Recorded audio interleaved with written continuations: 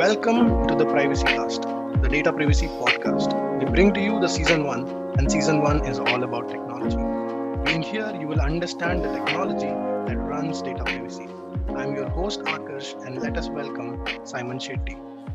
Tesla, Lyft, and Nuro, he has been part of every pioneer product team. He's also co-founder of Resume Puppy. He's an Einstein visa holder in the US and is launching a course soon to help people who want a quicker path to green card. Simon is an Arizona State University alumni, and obviously he's a Bangalorean, so we are talking. And so over to you, Simon. Hey Akash, great to be on your show. Thanks for the intro. So Simon, how's your day-to-day life at Neuro? So at Nuro, I help build the autonomous vehicle hardware that goes into our robots. So Nuro in general is a company that has a mission of improving everyday life by bringing the benefits of robotics into it. That sounds pretty cool to me.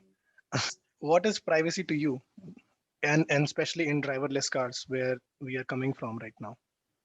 So this is a hot issue, especially now, right? When like 2020 and 2021 has almost evolved to be, and I think it'll go down in history as the years when self-driving technology became like commercially proven, right? So up until this point, it was mainly a lot of like development happening in self-driving vehicles, a lot of skeptics thinking it won't ever reach maturity at par with like a human driver, and there were a lot of questions. But I think what happened along the way across the industry in self-driving in 2020 and now what's happening in 2021 will be proof that that self-driving is the future, and this is a viable technology, not just from a engineering standpoint, but also from a commercial standpoint. So you're right. At this point, it is really important to think about privacy, especially in vehicles that have that will be used for rideshare and such applications. So the concept of privacy in self-driving vehicles is new. And there's a lot of debate even between companies and the government, right, around what the regulation should be, what kind of data is shareable, what kind of data should be restricted. So what this means to me as an engineer in the self-driving world is that treat it with the same level of respect that you used to treat like social media and the privacy over there, or any other digital product and privacy. In addition to which, there is a physical component as well, right, where you are inside a vehicle, and whatever data is being collected about you inside the vehicle, that's the additional component that needs to be taken care of. Right. I think while what also happened is while talking to you, I started reading about what type of data gets processed in a self-driving car. And when I started looking in, so car is now a computer, right? It's a small computer that is embedded in a car. So any data that I can think of, my phone number, my Spotify playlist, uh, as small as my music preferences, right? It's already there. Mm-hmm. So what's your take on this? Yeah, so a lot of data privacy topics that are applicable to self-driving vehicles, right? Especially like passenger carrying self-driving vehicles are very much. It is no different from the data privacy topics we already have going on, right? Like what's the implications of like data privacy on the internet? I mean, if people need to steal a Spotify sort of playlist, it doesn't need to happen from a self-driving car. The self-driving car sure might inject like one more modality or one more sort of gateway through which they can access. But in general, in the grand scheme of things, I don't think that specific example is any different from from what we already have as the scenario in the world today. Yeah. So but there are other nuanced things, right? Like okay, so if you are going from your home to your gym, what route are you taking, what route did you take yesterday? All of these things are more nuanced, which if you weren't in a self-driving, or if you didn't summon a self-driving vehicle, and if you weren't in a self-driving vehicle, you would still have probably used like Google Maps or something like that. But you would also maybe not have used any technology to navigate you, right? And that way there's the data might not have been recorded in the first place at all, which when you get when you summon a self-driving vehicle, similar to when you summon an Uber, maybe, right? The data continuously gets logged, and in some way that is the additional sort of system of data that's injected, and where privacy needs Yep. What attention. what are your views on the dash cams that we have in the cars? So any driverless cars that we know right now either are recording something on the outside or something on the inside. And if somebody comes across, it's straight personal data. It's a data that I was walking through. So how is that process, Simon? Yeah, so as far as dash cams are concerned, yes. So if a vehicle is on a fleet, and let's say there's an Uber self-driving vehicle, hypothetically, with a dash cam in it, then it definitely becomes Uber's responsibility to make sure that that data is either like I don't know, either like probably locally stored and time limited stored, and not recorded, and not like stored forever. Kind of like how there's distributed and local sort of storage of data that gets erased after a certain period of time, so that they don't need to like be concerned about it, or maybe it automatically gets erased after a trip, and the company is able to prove legitimately that this is a technology that they have without being sneaky about it, or yeah, or if I mean I if there's any need for that data to stay on a cloud, then it opens up a lot of like other issues. And it's similar to, you can the analogy is basically like a Nest Cam, or let's say an Arlo cam that you have at home, right? So Right, you have a security camera installed at home, or a audio dimension of that is maybe an Alexa or a Google Home, right? right. So yeah, they are all probably continuously recording. So I think there's a lot of inspiration we can take from the way privacy is handled. And I'm not saying that these devices handle privacy the best already. There are a lot of like issues that are prevalent, but this is very, very comparable to that problem. Yeah. I've heard that there are drones in the US which you can use at your homes for security, and they are probably recording everything as well. Yeah, So I yeah, mean it's legal to use well, there are some restrictions like national parks and things like that, but it's legal to fly drones under, I think it's 400 feet. That's the FAA regulation, and in general it's legal to tape or videograph anything in public. right. So I think the flying a drone and videographing something, that comes under the second part, which is like videographing something in public, which is legal in most places. Okay. So I Yeah. think it's also, even if you look at privacy laws across the world, Hmm. what they have always come out with is if you're doing something personally, that will Hmm. not be like that should not be counted as something that an organization does, and that is where if you're doing personally, you get a leeway on recording that or doing that processing from our sense. That I Hmm. think that's I think it's a global standard where people are allowed to do that yet. Hmm. Let's see. Yeah, yeah, And yeah. And I. like talking about driverless cars, do you think they are secure enough? Because I have been hearing a lot of news that somebody tried to hack the car, went in the Hmm. Tesla, uh, Tesla was moving and somebody tried to hack it. So I keep hearing these newses.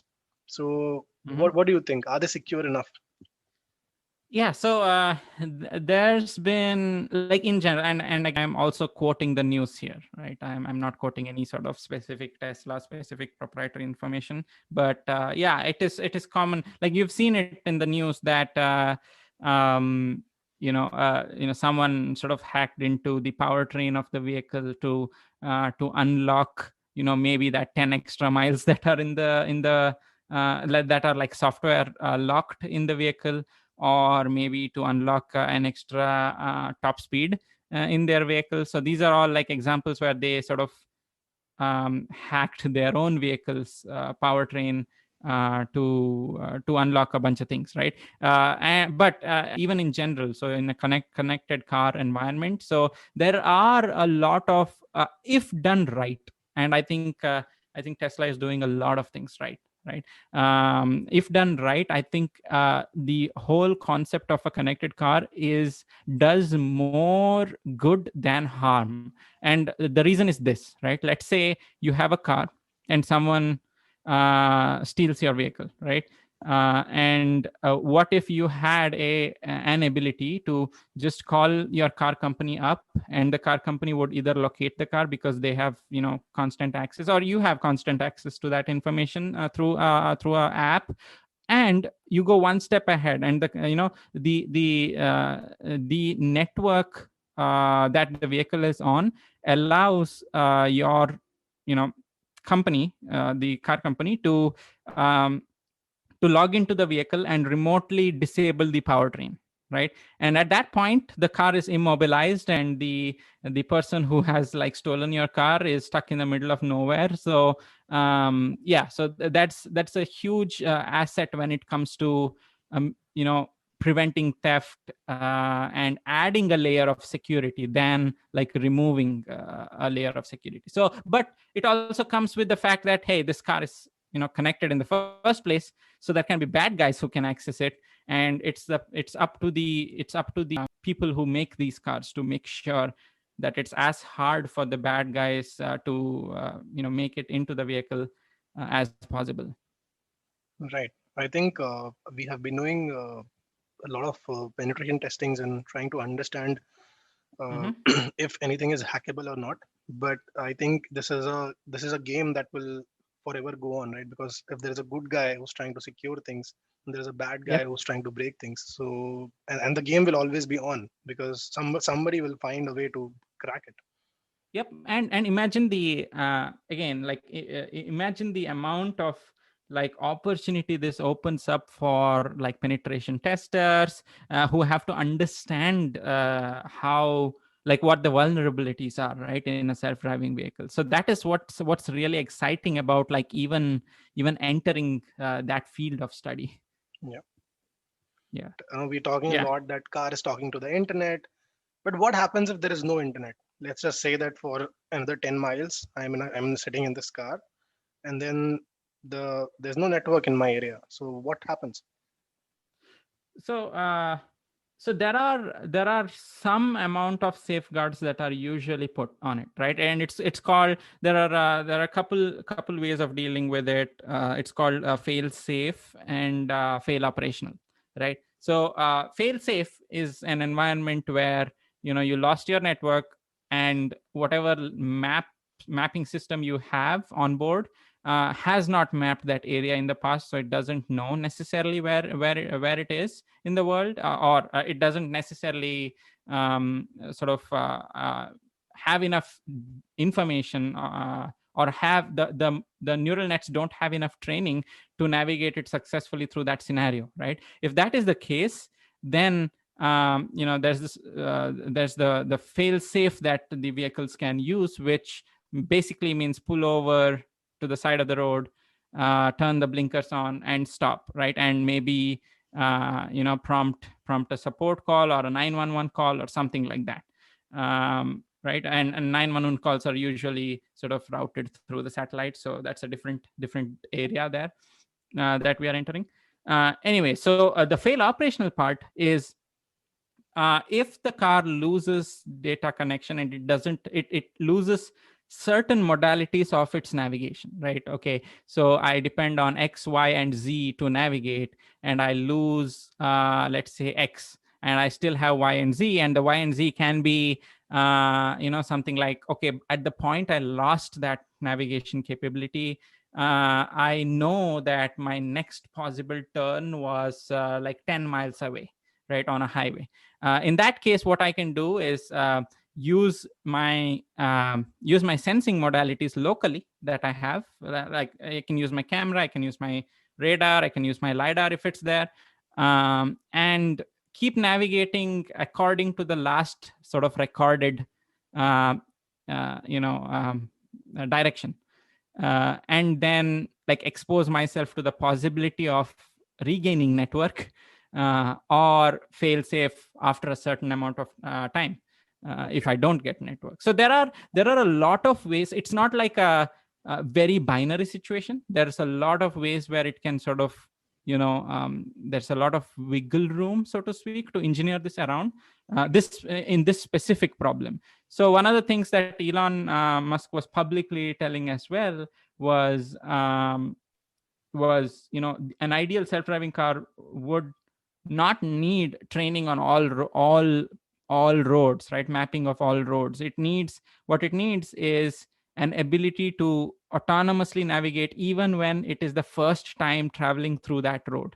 And that kind of self-driving accuracy is what will make the problem that you just said irrelevant.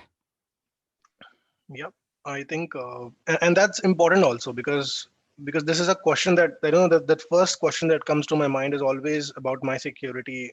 What are the chances of going this wrong? And I think talking to you and trying to understand this more, I can feel more secure while sitting in a driverless cars, if I do. I'm glad I'm able to pull you into the self-driving lovers camp now.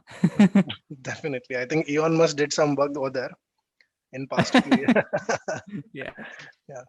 So who owns the data in the car? Let's say we can see that every car manufacturer internationally is coming out with a car, right? Mhm. Which will be driverless in coming time. So do you think that, I think there's a big debate internationally Mhm. over the OCMs and the users as Mhm. to who exactly, the person who's sitting in the car driving it, or the person who made the car, who will be the owner of this data? So there's a few different nuances here, and again, this is all like super fresh legislation that's going on, and is changing as we speak, right? For government and technology companies to adapt to this new trend that we are seeing.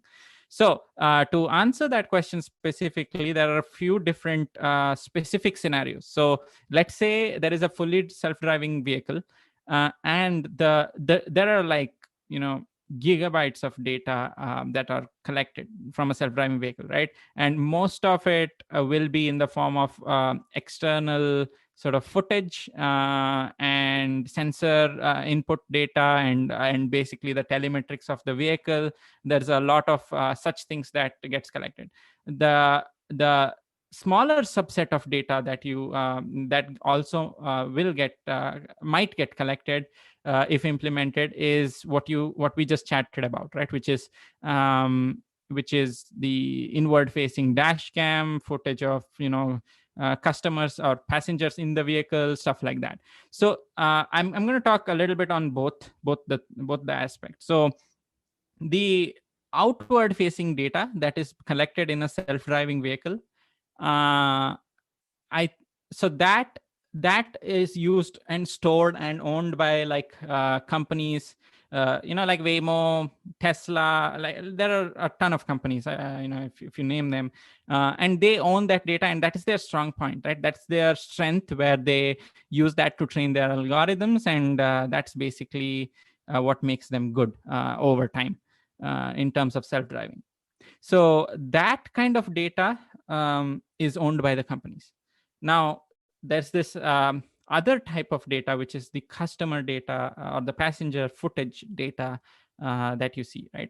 You can compare that to any sort of data collected by a digital company under GDPR or any other sort of legislation, they are sort of required to listen to the user, and if the user says delete my data, they are supposed to delete the data, right? So I think a lot of self-driving vehicles will become more more like more like physical manifestations of these digital products, where data that they use to improve themselves, which are not related to a user, will be under their ownership, and data that is user driven, and that has a lot of personal identification, behavior identification information in it, becomes the data of the user or whoever has used that service. Yep. Uh, Yeah. so I think that's a fair discussion that we can understand on how this will move on to. Coming Mhm. on to next thing, that what do you think is the future of a robo taxi, and how it is it going to change the future of our commute? While deep diving in the subject, I felt that once I'm trying to manage my commute using a robo taxi, maybe my calendar data, my user personal data, my routes which I take every day, right? Mhm. They automatically get fed into this process. Yeah, yeah. So it's going to be it's super super interesting, because I recently started, just to we are off topic a little bit and give you an idea of convenience, right? I recently sort of subscribed in the I don't know what it's called. I think it's called like auto refill by Amazon or something like that, where there are these basic things that you need, like detergents and stuff like that, that what the frequency of that need is. And like when you subscribe with Amazon, you can have like a standing subscription, where without you like ordering or freaking out that it ran out, they'll order and they'll ship you a new set, and for sure that you'll need it. So you sort of place that order. So and that's amazing, because you save a lot of effort, you save a lot of like thinking that you need to do that you could have spent in on some other thing. So coming to bringing that back to the topic of like calendar integration. So imagine you have a self-driving vehicle, and this doesn't need to even be like self-driving vehicle, right? Like this is a feature that Uber or Lyft or Ola or like any other rideshare company can also integrate, where it fuses with your, or it syncs with your calendar, and based on traffic details and a lot of other things, it automatically schedules a ride for you, and you get in the ride and go. So I think that would be cool. And I think of course there's the issue of privacy, but as future of commute on a personal basis, I think it'll make it insanely great to have like a self-driving conveyance come pick you up and then be ready for you, right? Right. But on the flip side, there's other things as well, like traffic. How does this impact traffic now? Well, you have lower cost travel, so more people will choose a robo taxi. That increases the number of robo taxis on the road. So I'm not optimistic on the traffic problems. I think in the longer term the traffic might increase, but when it comes to convenience, you get a lot of time back. Yes. Right.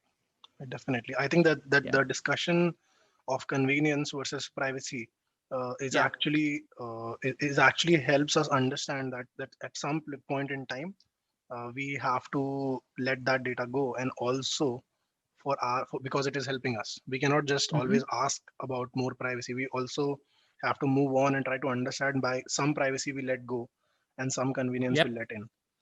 Yep. Yes. And I'm coming on to a very interesting topic now. You also mentoring a lot of smart folks. How do you think somebody should start a career in the driverless car space? And who better than you to tell this right now? Yeah, so I think so I've been fortunate enough to sort of transition and kind of be in this whole self-driving space since a while now. And over the years I've seen optimism grow. I've seen the belief grow in this technology. And I've also seen, obviously, like I mentioned, this technology becoming more commercially proven and viable, right? So it of course signals to the fact that, okay, what about the opportunities in this field?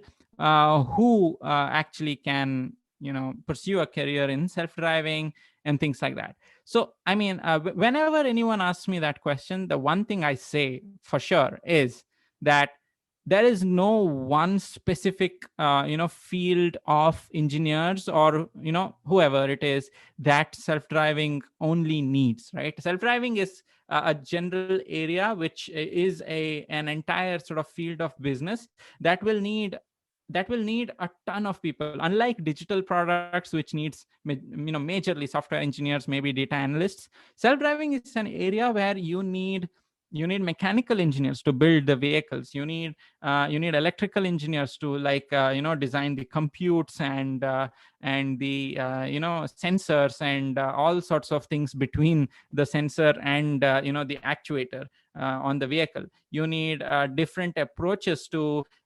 seating design, and you need different approaches to customer experience on the vehicle, because now I mean, eventually, when self-driving vehicles like are able to drive much better than a human on average always, um, at that point the whole, like, driver seat becomes a void point, right? So you don't need a driver seat. So you can have maybe a cabin facing each other, with seats facing each other. And then how do you sort of design a cabin in a way that now your passengers have a lot of time on their hands, right? They don't need to be staring at the road. So how do you keep them entertained at that point? So all these questions and exciting sort of new problems come up, which need a collection of, like, mechanical engineers, electrical engineers, material sciences, data analysts, computer engineers, software engineers, and then of course lawyers, because there's privacy involved. There's the business side of things. You need to financially model every ride. You need to financially sort of model how this whole business thing works. So you need finance. Like, it literally touches, like, pretty much every sort of area of study that anyone can pursue. And maybe it might add some more new areas of study to it in a few years. Definitely. I think when we're talking about privacy, I think it hit me again that there is we once the field grows, uh, a lot of uh, a lot of more safeguards will start popping in, and that is where I think our profession will come in to support Yeah. this Yeah, infrastructure. Yeah. exactly. Uh, so coming on to a special round, which is the rapid fire round, Mhm. and I hope to get a few answers from you here. Uh, so question one: do Mhm. you actually believe in privacy? Yeah, I do believe in privacy, and I think it's an important thing. And to be honest, I don't have a huge issue with companies or responsible companies who have a responsible framework collecting my information in exchange for convenience. That I don't have a problem with. Okay. What I have a problem with is companies that are either borderline or complete jerks, right? who Okay. uh, who take your data under the disguise of, okay, we are going to do this X, Y, and Z, and then they sneakily change their privacy policies to, okay, now we are actually going to do A, B, and C also. By the way, since you've given us all the data and we have the leverage, sign this privacy agreement revision. So that's what I have a problem with. Definitely. And I think that's no, no. I yeah. think being here in the space, I can see, and especially in countries which do not have a law, like India right now, you do not even have the obligation. The companies don't have obligation to send you a privacy notice, so you don't know what they're doing with the Yes. data. They're just selling it again and again.